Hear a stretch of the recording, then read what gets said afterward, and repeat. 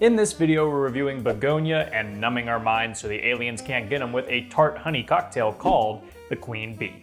Today on the Martini Shot.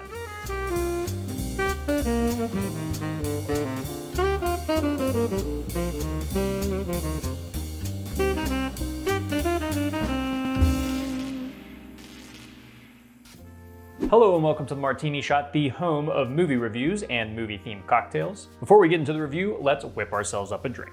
For this drink, I wanted to keep things nice and simple because if you haven't had a New York sour before, hopefully this will convince you to do so. It's essentially a whiskey sour with a little bit of red wine floated on top, which adds so much more complexity to the drink. But for the Queen Bee, we are going to be melding the New York Sour with another classic cocktail, the Gold Rush. This is going to give the cocktail a slightly different, slightly botanical taste compared to your regular New York Sour, while visually it's going to reflect that red-hot anger rising to the surface for our main characters. Lotioning up your body first is not required, but it is recommended.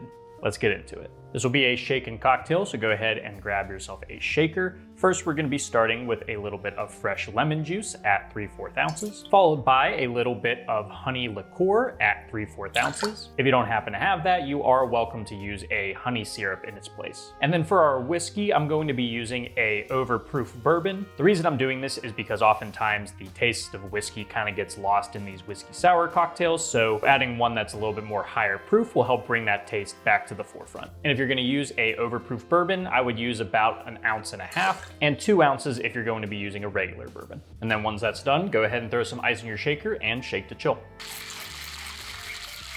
Once you're done, go ahead and strain that into a cocktail glass, and then you're going to be taking a little bit of red wine and using the back of a bar spoon, gently pouring it over the top so it makes a nice little layer of red. You may get some red wine that breaks through to the bottom, but that's okay. And there you go, now you have the Queen Bee. That's a great mixture, that richness of the red wine and those sweet botanical notes of the honey liqueur. At least with the honey liqueur, I can say that it is coming through very, very strongly. It is definitely a honey predominant flavor in this cocktail. That overproof bourbon is definitely prevalent, but it does take a little bit more of a backseat to the honey flavor, which honestly is what I was looking for. I do want to taste the whiskey, but at the core of it, I still want that honey to kind of come through the most. It's a great drink, but yeah, feel free to customize it however you'd like. Do what you want. The aliens are going to eradicate us soon anyway. Now that we have our drink, let's get right into the review. There has not been a man more deserving of arrest since God created the universe in 6 days than Yorgos Lanthimos. The guy has quickly become one of Hollywood's favorite auteurs and has managed to produce 3 pretty prominent films in the past 3 years. There's of course the critically acclaimed and Oscar-winning Poor Things in 2023, the seemingly quickly discarded anthology Kinds of Kindness in 2024, and finally Bugonia in 2025. Time to take a break, man. You've earned it. Let Emma Stone go home to her husband and child now. Lanthimos' films are always a little out there, often blending the darker sides of the human psyche with absurdist weirdo comedy. There's a lot of consistency in the themes of his work, toying with the idea of power and control as a means to influence others. And Bugonia is no different, so the good news is we've got another vintage Lanthimos film.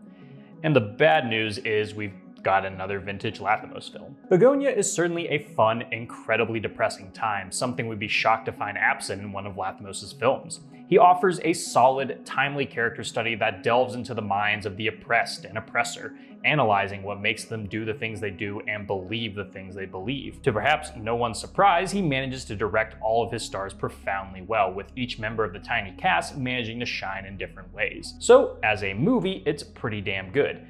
But as a message or satire, well, that's where I think it falls a bit flat. The overarching idea gets pretty muddled as the film goes on, and by the time the credits roll, you're not entirely sure about the bigger message Lanthimos proposes. The film shines when its spotlight is on the individual, but stumbles over its words when forced to take a step back and look at the world. It kind of feels like Lanthimos didn't really have anything interesting to add to the conversation, but at least he made this thing as tight and as buzzing as he possibly could. So after being known as that guy who elevates movies while only being in them for a few minutes, Jesse Plemons finally gets some time to shine in what might just be his best role yet. He plays Teddy, a conspiracy theory-obsessed man whose constant strings of tragedy in his life have driven him to make a grave decision in order to, in his mind, save the human race. This is the type of character that I think can be very difficult to strike the right balance with. He believes seemingly ridiculous things about the world and how it works, but there's still a sliver of pity to him that feels incredibly grounded. Rather than completely writing Teddy off as a self-serving crackpot, the film goes deeper into how he ended up like this. This makes him much less of a caricature as the film tries to understand how people transform due to their circumstances. There is a bit of self-righteousness and hypocrisy to him, which I think is very reflective of those who are so desperate to be right about something, anything that gives them a knowledgeable edge against the population. But as time goes on, you see real noble purpose in his pursuits, as his potential hysteria is spawned by his need to fight for his mother, his cousin, and the planet as a whole. Plemons does remarkably well physically nailing this type of character, mixing confidence and self-doubt in a way that makes him the perfect kind of protagonist you want to see unravel. And I don't think it's surprising to say that Emma Stone is also very good. Yet another incredibly physical transformation she's put herself through, transforming from girl boss CEO to potential alien. And honestly, there's probably no one better to take on this role. Those big eyes, the slight slouch she gives herself in that coat, it all just comes together so well. Stone is such a commanding presence here, at times high off her own supply of corporate bullshit, but because she truly believes what she's saying, that's what makes her words so icy. Speaking of which, I love how the film framed this hollow form of corporate dialogue. It's so carefully constructed to sound appealing to the human ear that, at this point, it just sounds so fake, so manufactured, so alien, if I may. If you've worked any kind of corporate job, you'll know exactly what I'm talking about. Despite spending most of the film chained up, she controls most of the dialogues, which is a ton of fun to see as it slowly peels back the layers of all characters involved. Also, it can't be understated how good Aidan Delbus is as Teddy's intellectually disabled cousin, Dawn. A performance filled with so much tenderness and trust that ends up being absolutely soul-shattering. Oh hey, and a shout out to Stavros Halkias for making it into the big leagues. Sorry it had to be as a cop who diddles kids. The film strikes this solid balance between simplicity and complexity in how it builds its world. It's shot super simple, but the coloring makes the world pop while still managing to have this nice layer of grime over it. That booming orchestral soundtrack is such a nice throwback and really helps to elevate these tense moments of inner and outer panic. And without giving away where the story goes, well, it's not the hardest to predict. But when all the dressing works this well, guessing the direction doesn't really matter. You're more interested in seeing the characters change than having your questions answered, which is the mark of a truly talented director. Which, yeah, I guess it's been enough time that we can call Lanthimos that. But this thing was not a complete home run for me, unfortunately. While the first and second act are incredibly compelling and interesting, the third act ends up being a bit of a mess. It's still a lot of fun to watch, but the overall intention of the story begins to get a bit muddy. The film takes aim at a lot of talking points: corporations destroying the environment, honest hard workers being manipulated and taken advantage of, and the bees.